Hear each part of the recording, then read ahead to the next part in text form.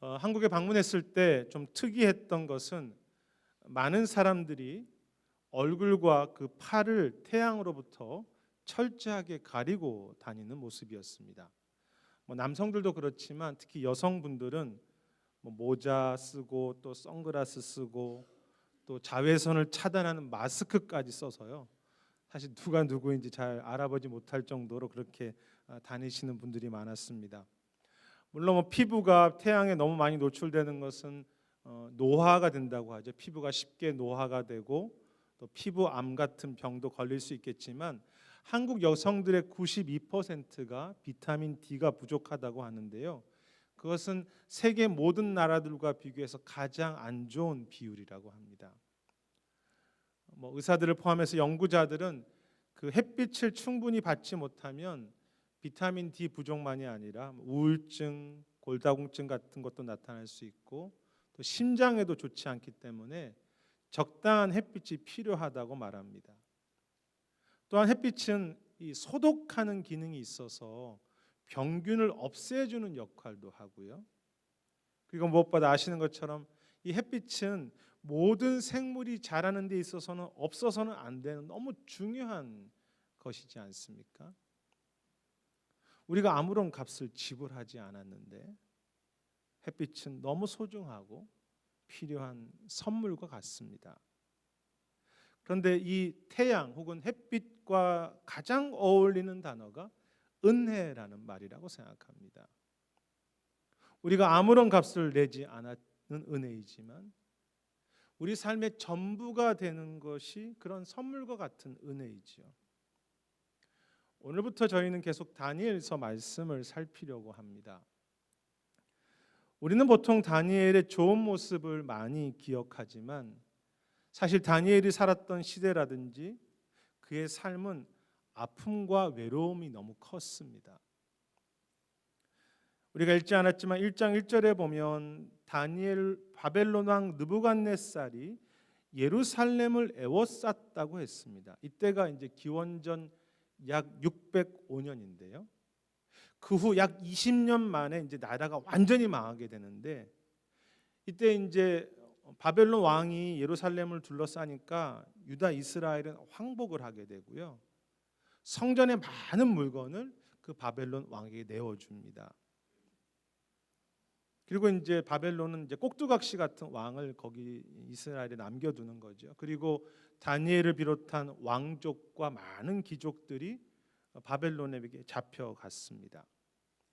물론 이때 앞에서 말한 것처럼 유다 이스라엘이 완전히 망한 것은 아니었지만 사실 이제 소망이 없는 나라가 된 것입니다. 특히 이제 저희가 1장 2절에 보면 하나님의 임재를 상징하는 그 성전의 물건들이 있거든요. 근데 그 물건들을 그 바벨론에게 다 넘어가는 그런 상황 속에서 유다 사람들은 그것이 마치 하늘이 무너지는 것 같은, 왜 하나님의 임재를 상징하는 것을 다 빼앗겼으니까 그런 일이었습니다. 이제 그 가운데 다니엘은 이제 1차 포로라고 하는데 1차 포로로 잡혀가서 평생을 다른 나라에 살면서 다니엘이 참 성전을 사모하거든요. 사모하는 성전에 갈 수도 없었고 그렇기 때문에 다니엘이 어떤 감정적으로, 육적으로, 영적으로 그는 외로워하고 아팠습니다. 작년에 다니엘이라는 그 뮤지컬을 이제 본 적이 있는데요. 다니엘이 포로로 잡혀가는 과정도 그렇지만 포로로 다니엘 그 바벨론에 살아가는 것을 매우 고통스럽게 생각합니다. 하지만 오늘 9절에 보면 하나님께서 다니엘로 하여금 환관장에게 은혜와 긍휼을 얻게 하셨다고 했습니다. 그 뜻은 하나님께서 다니엘에게 은혜도 주시고 긍휼도 베푸셨다는 의미이지요. 그리고 15절에 보면 하나님이라는 단어는 나오지 않지만 다니엘과 그 세 친구들의 얼굴을 다른 왕의 음식을 먹는 소년들보다 더 빛나게 하신 것도 은혜였고요. 읽었던 17절의 말씀은 하나님이 다니엘과 그 친구들에게 학문과 지혜를 주시고 꿈과 환상을 해석하는 은혜도 주셨다고 했습니다. 사실 예루살렘에서 바벨론까지는 굉장히 멉니다. 근데 그 멀리 잡혀와 있는 다니엘 위에 주님의 그 은혜라고 하는 빛이 비추어지는 그런 모습이지요.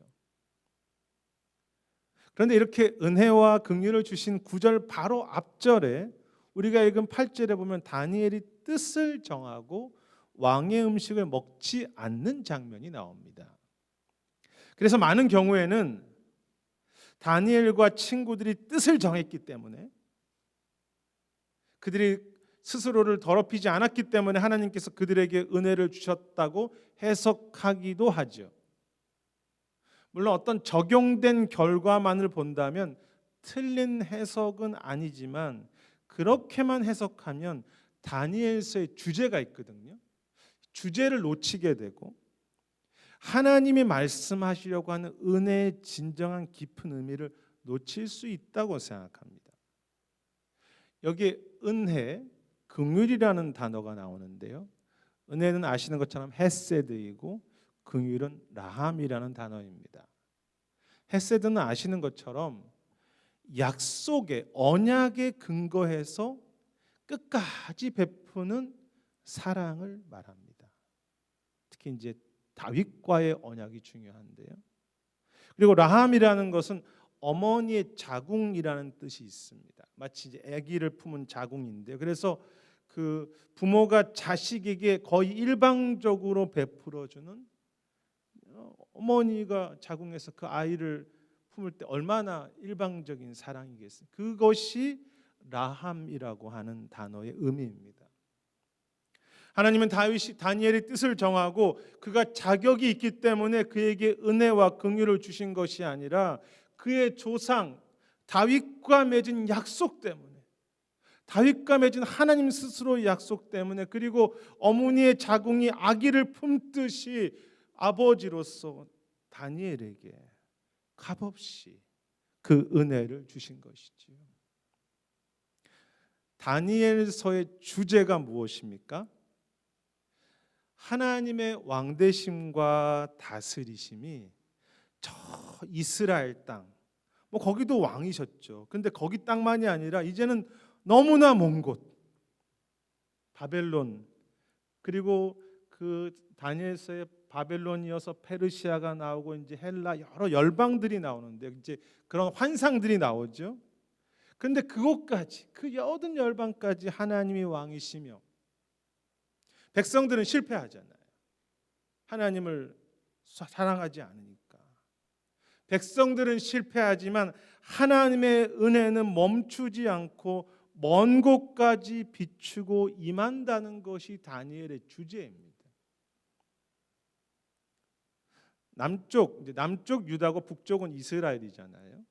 남쪽 유다는 자신들이 하나님의 백성이기 때문에 그 유다 나라는, 이스라엘 유다 나라는 망하지 않는다고 생각했습니다. 여러분, 모든 것이 잘 되는 것이 은혜가 아닙니다. 우리가 은혜에 대한 오해가 있는데요. 은혜는 모든 것을 잘해 주는 것이 은혜가 아닙니다. 은혜에는 심판이 포함되어 있고 책망이 포함되어 있고 우리가 치신다는 표현을 쓰잖아요. 그것이 은혜 안에 포함되어 있습니다. 그런데 이스라엘이 지금 망해가고 성전이 무너지고 예루살렘 땅도 아닌 먼 곳 포로에 잡혀가자 사람들은 이제 하나님의 은혜와 임재는 더 이상 우리에게 없구나. 왜냐하면 자격이 없으니까요.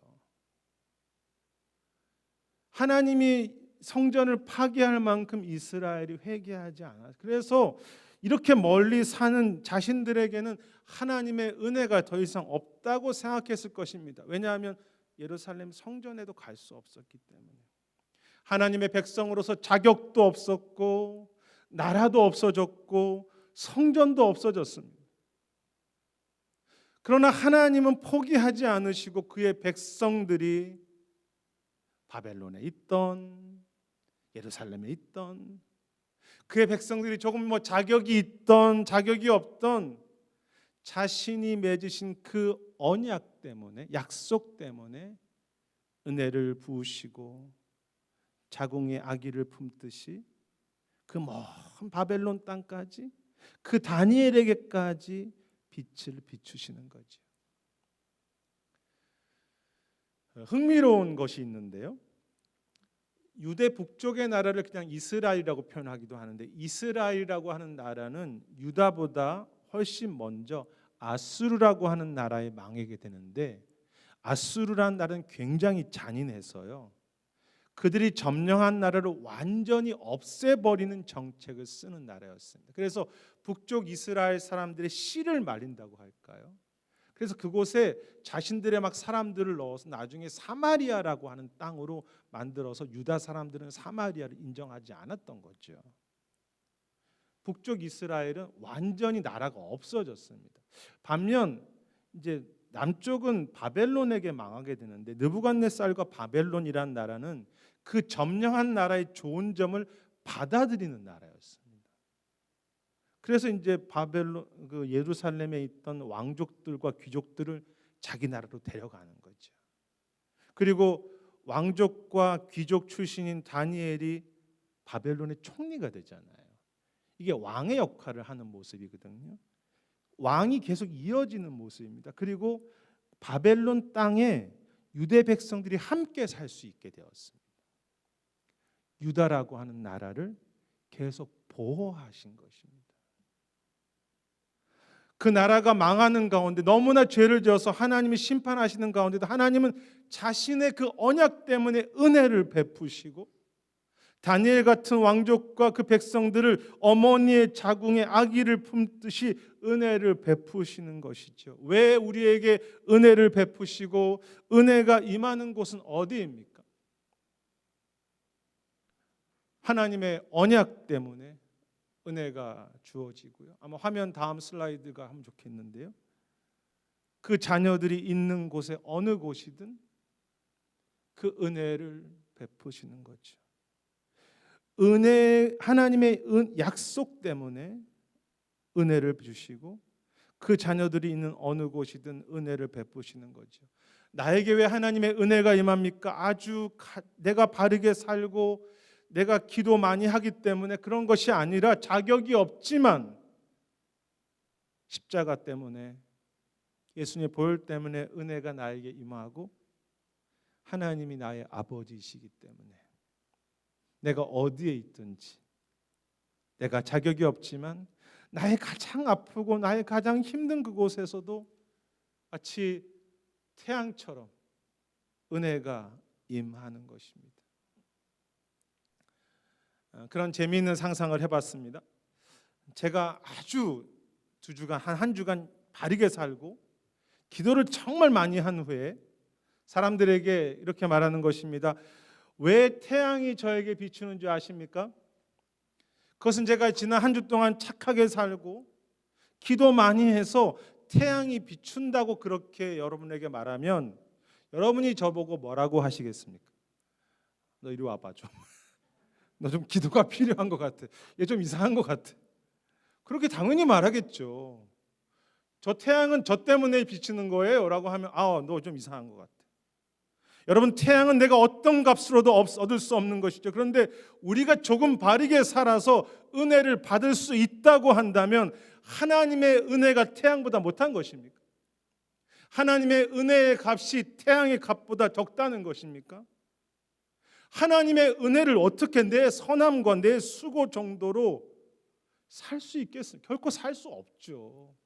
태양도 못 사는데 하나님의 은혜를 내가 태양보다 더 크고 더 큰 하나님의 은혜를 나의 어떤 우리 교회가 조금 바르게 산다고 해서 내가 조금 어떤 자격으로 그것을 얻을 수 있겠습니까?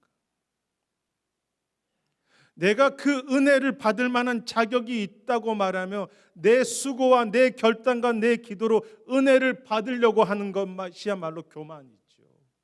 그리고 그 은혜, 보혈이 얼마나 큰지를 내가 그 은혜를 너무 쉽게 생각하는 것입니다. 함부로 생각하는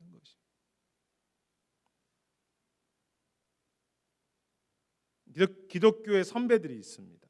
장로교만이 아니라 우리 기독교 그리고 개신교의 거장들, 이 위대한 별들이라고 부르는 사람들이 있는데요.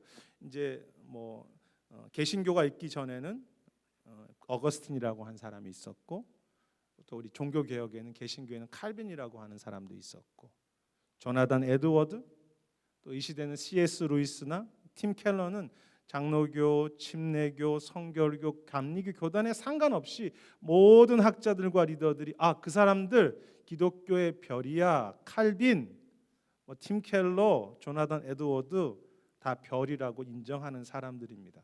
이분들의 공통점은 은혜를 계속 더 새롭게, 더 깊이 발견한다는 공통점이 있습니다. 특히 종교개혁자 칼빈은 너무나 그런 사람이지요. 그가 그런 이야기를 합니다. 그의 기독교 강요에서 내가 구원받은 것도 하나님의 은혜이지만 구원받은 백성으로 온전하게 살아가는 힘도 오로지 은혜라고 강조합니다. 그래서 은혜 위에 은혜이죠. 내가 구원받은 것만이 아니라 내가 오늘 살 수 있는 것이 다 하나님의 은혜입니다. 이 찰스 스윈돌이라고 하는 목회자가 있는데 그분이 쓴 은혜의 각성, Grace Awakening이라고 하는 책이 있습니다. 그 책에 보면 우리는 은혜가 전부라고 말하면 두려워한다고 했습니다. 혹시 내가 잘못될까 봐. 그래서 우리는 그 은혜 위에 왜 무엇인가를 더하려고 한다는 것이죠. 은혜만 가지고 좀 안 되잖아요. 내가 무엇인가를 더해야 되죠라고 그렇게 한다는 것이죠. 그러나 그가 책에서 계속 강조하는 것은 그 은혜를 받아들이고 빈손 들고 주 앞에 나아가 십자가 붙잡는 것밖에 우리가 평생 할 것이 없다고 했습니다. 빈손 들고 주 앞에 가서 주의 그 은혜의 십자가 붙잡고 주님 도와주세요라는 것밖에는 우리가 할 것이 없다고 했습니다. 그것이 내 거룩하게 살아가는 것이든 사역이든 내 구원의 일이든. 사도 바울도 많은 시간이 지났고요, 많은 사역을 감당한 후에 그렇게 이야기하면 나는 정말 생각할수록 죄인의 괴수입니다. 오로지 나의 나된 것은 오직 주의 은혜라고 고백하지 않습니까? 저같이 교만한 목회자에게도, 그리고 내가 어디로 가든지 나는 자격이 없지만 내가 바다 끝에 임하고 내가 때로는 너무 고통 가운데 아파하는 그 순간에도, 주님 저에게는 아무런 소망이 없다고 하는 그 순간에도 주님은 그의 자궁처럼 나를 품으시고 아버지이시기 때문에, 예수 그리스도의 그 십자가의 언약 때문에 은혜와 긍휼을 포기하지 않고 그렇게 비추고 계시는 거죠. 그런데 우리가 이미 살폈듯이 이렇게 은혜 가운데 사는 다니엘과 세 친구들은 8절에 보면 뜻을 정하여 왕의 음식을 먹지 않고 자신을 더럽히지 않기로 결단했다고 했습니다. 여기 뜻을 정했다는 것은 마음을 강하게 먹었다는 뜻인데요. 다니엘과 친구들이 뜻을 정하고 왕의 음식으로 자기를 더럽히지 않기를 원했다는 내용이 무엇을 의미할까요? 왜 그들은 왕의 음식을 거절했습니까? 여기에 대해서는 여러 가지 해석이 있습니다. 이제 그 음식이 유대인의 정결법이라고 있습니다. 거룩한 법은 그 음식과 좀 맞지 않았기 때문이라고 해석하기도 하고요. 보통 이제 바벨론의 음식들은 우상에게 드려졌기 때문에 그것을 먹는 것을 거절했다고 해석하기도 합니다. 모두 가능한 해석입니다. 그런데 오늘 본문을 잘 살펴보면 이 음식을 먹는 것과요, 왕 앞에 어떻게 보이는 것과 연결되어 있습니다. 왜냐하면 이 환관장이, 왕의 신하가 왕의 음식을 제공해 가면서 그것을 너희가 먹지 않으면 다니엘과 친구들이 앞으로 왕 앞에 좋지 않은 얼굴로 나아가는 것을 걱정했기 때문입니다. 그래서 왕의 음식을 먹는 것과 왕 앞에 서는 것은 연결되어 있습니다. 그러므로 학자들은 다니엘이 왕의 음식을 거절했던 것은 그가 바벨론 왕의 사람이 되는 것이나 그 바벨론 왕의 은혜와 힘으로 사는 것을 거절한 것이라고 해석합니다. 저도 동의합니다.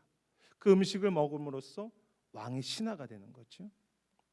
그것이 자기를 더럽힌다고 생각한 것입니다. 그리고 그 해석은 다니엘서의 전체 주제와도 일치하는데요.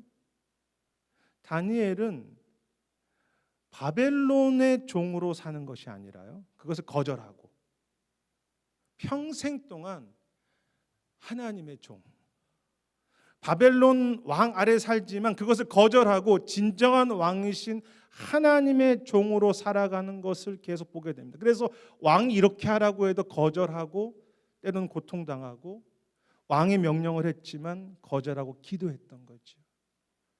다니엘의 평생은 하나님의 종으로 살려고 하는 것이었습니다. 즉 그래서 뜻을 정하고 왕의 음식을 거절했다는 의미가 무엇이, 그것은 단순히 내가 좀 바르게 살아야지, 내가 거룩하게 되어야지 하는 것을 넘어서, 물론 그런 의미도 있지만 내가 이제는 내 힘으로 살지 않고 바벨론 왕의 힘으로 살지 않고, 그래서 그의 신하가 되지 않고 순간순간 하나님의 힘과 하나님의 은혜로만 살겠다고 그렇게 결단하는 것이죠. 그래서 다니엘이 언제나 기도합니다.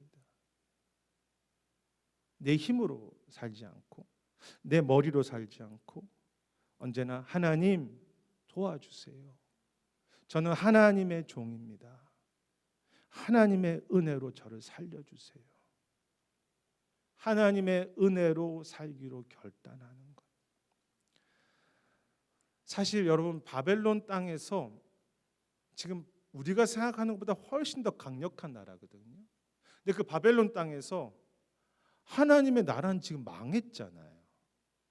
자기들은 백성으로 와 있고 성전도 없고 가르쳐주는 사람도 없고 하나님의 은혜로 붙잡고 살아가는 것이 결코 쉽지 않았습니다.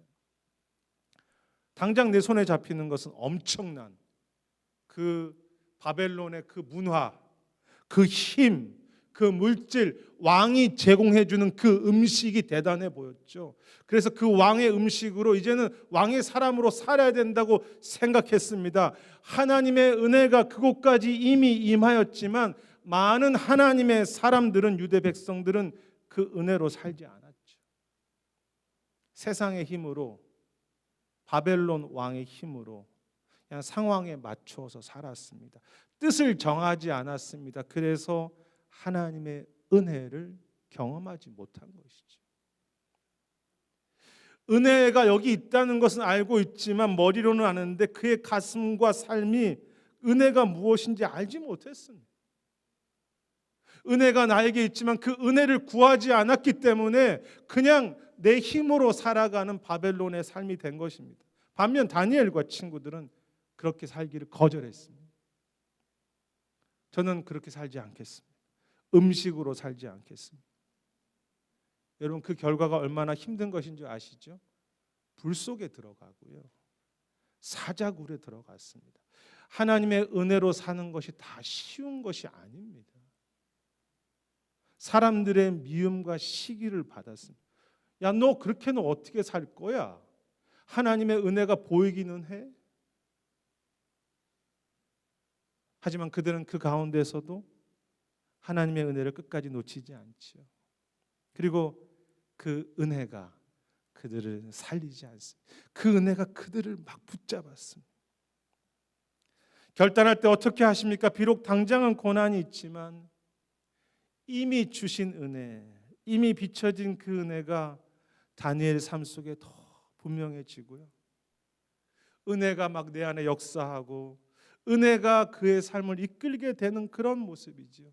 그들의 삶 자체가 밝아졌잖아요. 햇빛처럼 밝아지고 은혜 때문에 기뻐하고 내 안에 기쁨이 회복되고 하나님의 은혜 때문에 기쁨이 회복되는 것입니다. 내 안에 이미 있었던 기쁨이지, 은혜지만, 그리고 내가 세상의 빛이 되어서 영향력을 주는 것이죠. 내 영향력이 아닙니다. 은혜의 빛의 영향력. 그리고 그 모습이 1장 마지막 21절에 나오는데요. 저희가 읽지 않았지만 21절을 한번 보시면 이렇게 되어 있습니다. 다니엘은 고레스 왕 원년까지 있었더라. 되게 굉장한 구절인데요. 고레스 왕은 이제 바벨론이 페르시아에게 망합니다. 바사라고 하는데요. 그래서 페르시아의 왕으로서 다니엘이 포로로 잡혀온 지 70년 만에 유다 이스라엘이 그 땅으로 돌아가도록 허락했던 왕입니다. 다니엘이 그때까지 살았다는 것입니다. 엄청난 말씀이죠. 사실 다니엘은 고국으로 돌아가지 못했습니다. 평생 이방 땅에서 외롭게 살았지만 하나님은 그 70년 동안 다니엘을 지키셨습니다. 이방 땅에 살았지만 언제나 그에게 지혜도 주시고 은혜로 살게 하셨고요. 그가 그토록 바라던, 여러분 어릴 때 바벨론에서 포로로 왔는데 70년 만에 그의 민족이 다시 회복되는 그런, 포로가 돌아가는 그런 일들이 일어나는 것을 보게 된 것입니다. 다니엘은 그 바벨론의 총리로 또 페르시아의 또 높은 사람으로서 그 왕들과 같이 이야기하면서 이 나라의 회복을 위해서 섬겼고요. 그런데 그것을 이제 막 보게 된 것입니다. 자기가 그렇게 꿈꾸었던 이스라엘이 회복되는 것, 자기의 후배들이 그의 땅으로 돌아가서 그의 나라의 부흥을 보게 되는 것을 다니엘이 보게 된 것입니다. 얼마나 감격스러운 장면일까. 은혜로 살기를 결단할 때 주신 것이 무엇입니까? 이미 주신 은혜가 나를 감싸고요, 은혜가 나에게 능력이 되고, 은혜가 나에게 기쁨과 자유로 충만케 되며 나를 통해서 세상의 빛이 비춰지게 하는 것이죠. 나 같은 자를 통해서 하나님의 영향력들이, 여러분 다니엘이 기도했을 때 그 70년 만에 나라가 회복되는, 70년 만에 그 기도를 이루시는 것을 경험하게 되는 거죠. 많은 우리 믿음의 별들처럼 그 큰 은혜를 아침마다 저녁마다 새롭게 경험해 가면서, 아, 은혜이구나, 은혜이구나, 참 감사한 삶이구나 라고 깨닫고 더 그 새로운 은혜를 주셨지만 그것을 새롭게 발견해 가는 것이죠. 이혜인 수녀라고 하는 분이 봄 햇살 속으로라고 하는 시를 쓰셨는데요, 이런 내용입니다. 한번 잘 들어보십시오. 봄 햇살 속으로. 긴 겨울이 끝나고 안으로 지쳐있던 나, 봄 햇살 속으로 깊이 깊이 걸어간다. 내 마음에도 싹을 틔우고 다시 웃음을 찾으려고 나도 한 그루 나무가 되어서 눈을 감고 들어가고 또 들어간 그 끝자락에는 지금껏 보았지만 비로소 처음 본, 지금껏 보았지만 비로소 처음 본 그 푸른 하늘이 마치 집 한 채로 열려진다. 저도 이 시를 보면서 다 이 내용을 이해한 것은 아니지만요, 봄의 햇살 속으로 깊이 깊이 들어간다. 내가 햇살을 만드는 게 아닙니다. 이미 비춰지는데 나는 그 햇살 속으로 들어간다. 그리고 그 속에 들어간 끝에 마음에 싹이 나고 웃음이 회복되고 지금까지 보았지만 비로소 처음 본 그 하늘이 열리는 것을 본다는 내용이 너무나 마음에 와닿습니다. 어떻게 이런 표현을 쓰실까요? 지금까지 보았지만 처음 본 하늘, 지금까지 보았지만 처음 본 남편의 얼굴, 지금까지 보았지만 처음 본 오천호 목사. 목사님께 그런 면이 있었어요. 내 인생에 하나님 이런 은혜가 있었어요. 본 것 같은데 더 새로워요. 하나님이라는 이름이 분명히 내가 알고 있는 하나님, 이미 평생에 보았던 하나님이지만 저녁이 되면서 하나님이 나에게 이런 분이세요. 햇살 속으로 들어가고 들어갈 때 이미 보았지만 처음 본 것 같은 그 하늘이 열리는 그 은혜, 저는 그 내용이 다니엘의 결단이고 은혜라고 생각합니다. 은혜로 더 깊이 깊이 들어가고, 내가 힘으로 살지 않고 기도할 때 때로 기다리기도 하고 어려움도 있지만 그 기도로 붙잡을 때 이미 보았지만 처음 본 은혜를 깨닫고 은혜로 감격하며 그 은혜의 능력을 체험하는 사람이 되는 것. 이 앞에서 말했던 찰스 스윈돌이 그 은혜의 각성이라고 하는 그레이스 어웨이컨이라는 그 책에서 이런 표현을 합니다. 하나님이 당신 안에 역사하신다. 하나님의 능력의 손이 당신 위에 있다. 하나님의 사랑이 당신을 감싸고 하나님의 은혜가 바로 당신 곁에 있다. 그러니 깨어서 결단하고 그 은혜를 잡으라. 그 은혜를 잡으라. 그리고 책의 곳곳에서요, 이 찰스 윈더 목사님이 은혜를 막 찬양합니다. 이제 곳곳에 책에 이렇게 딱 따옴표를 쳐줘서 표현이 나오는데 우리가 아는 찬송가들이에요. 빈손들고 앞에가 십자가를 붙드네. 만세반석 열린 주를, 그 찬양과 또 이제껏 내가 산 것도 주님의 은혜요. 또 나를 장차 본향에 인도하시리. 이제껏 내가 산 것도 주님의 은혜요. 나를 끝까지 그 본향까지 은혜로 우리 가정을, 우리 교회를 인도해 주시리. 저는 목회할수록 주님의 은혜 앞에 제가 할 수 있는 것이 아무것도 없다는 것을 깊이 깨닫습니다. 제가 할 수 있는 것이 없다는 것을 너무 절실하게 느낍니다. 제 말로, 제 겉면으로 자녀 하나도 제가 바꿀 수 없다는 것을 압니다. 그래서 과거에 내가 무엇인가 내가 좀 많은 아는 지식을 가지고 사람들을 변화시킬 수 있고 내가 가지고 있는 프로그램으로 사람들을, 교회를 새롭게 할 수 있다고 생각하는 것이 얼마나 그 교만이 참 부끄럽기도 하고요. 얼마나 교만하고 부끄러운지. 그런데 반대로 이 저같이 이렇게 교만한 자에게 다시 은혜를 또 주시고 또 은혜를 주시고 기도 같지도 않은 나의 기도를 어머니의 자궁처럼 붙잡 품으셔서 나의 부족한 기도를 통해서 선한 일을 하나님의 인도하시는 것이 얼마나 감사한지, 부족한 로덴나무 교회를 통해서 하나님의 나라가 이루어지게 하는 것이 얼마나 기대가 되는지, 그래서 주님 한 분 때문에 얼마나 행복한 사람이고 주님 한 분 때문에 얼마나 감격스러운 교회인지 주님 찬양하기 원하고요. 오직 더욱 오직 은혜로만, 오직 십자가로만, 오직 주님만으로 그렇게 살게 되기를 강하게 마음 먹고 그렇게 다른 것 거절하고요. 오직 은혜로만, 주님으로만 살기를 마음 먹고 그 은혜 앞에 엎드려 막 기뻐하기도 하고 춤추고 싶은 그런 마음이 있습니다. 너무 귀한 삶이니까.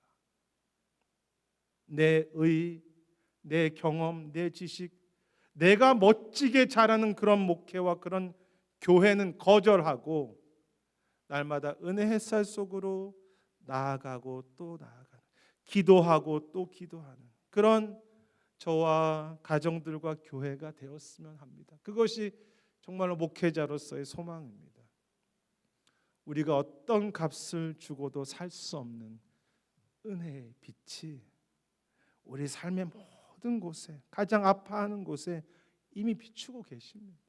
그리고 우리가 마음을 정하고 주님 그 은혜를 사모합니다, 주님 저도 기도합니다라고 할 때 때로 기다리게도 하고 아픔도 있지만 그 주님의 은혜의 손길이 나와 가정을 자유케 하시고요, 지금까지 보았지만 보지 못했던 새로운 하늘 같은 그런 은혜의 부흥을 우리에게도 주시고 다음 세대에도 주시고 부족한 우리들을 통해서 마치 다니엘이 부흥을 받듯이 여러분 우리 다음 세대 부흥돼야 되지 않겠습니까? 그것을 보게 하시는 거죠. 그 은혜의 크심을, 그 은혜를 노래하고 감사하고 기뻐하면서 그 은혜의 빛을, 여러분 참 지금 세상이, 그리고 신앙을 가지고 있다고 하지만 참 아파하는 형제들이 많지 않습니까? 내 힘으로 살릴 수 없습니다. 그 은혜의 빛을 전할 수 있는 그런 햇빛과 같은 삶과 교회와 자녀들. 그래서 우리 삶 자체가 은혜의 빛 때문에 너무나 기쁘고 아무것 없어도 오직 주님의 은혜 때문에, 오직 주님의 은혜 안에서 아름답고 행복한 세상을 살릴 수 있는, 아름답게 살릴 수 있는 그런 우리 모두가 되시기를 주의 이름으로 축원하겠습니다. 제 기도하겠습니다.